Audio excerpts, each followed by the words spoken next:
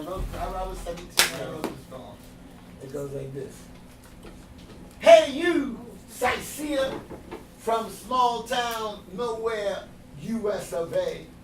Bring your head down, your eyes off those tall. My name is Jesus Papoleta Melendez, and I am what they call a Nuyorican poet, which is a Puerto Rican who was either born and or raised in New York City, primarily during the late 40s and 50s, and started a movement called the Nuyorican Poets Movement. So I'm one of the founding members of that movement, which was a literary movement so that Puerto Ricans could give voice to their concerns culturally and politically and socially via poetry. When I was a little kid, I was, starting to understand English, which to me is like kind of like my native tongue, even though I'm Puerto Rican and Spanish was in the house.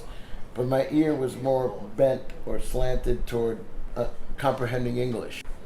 When I was a kid, I had different ideas in my mind, and they were interesting to me. Like little kids are curious about things, And but these ideas are rather ethereal. They were like smoke inside your brain. And I wanted to capture them. I wanted to figure out a way to hold on to them, preserve them. And so I began to do that. I began to write down what was going on in my head.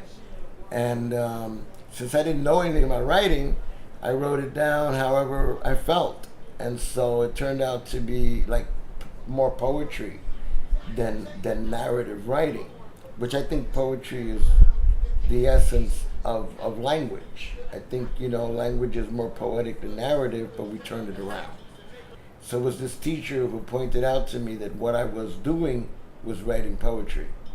And then I started writing poetry purposefully, you see, and that opened up, because once you know what you're doing, then you can start moving in a particular direction.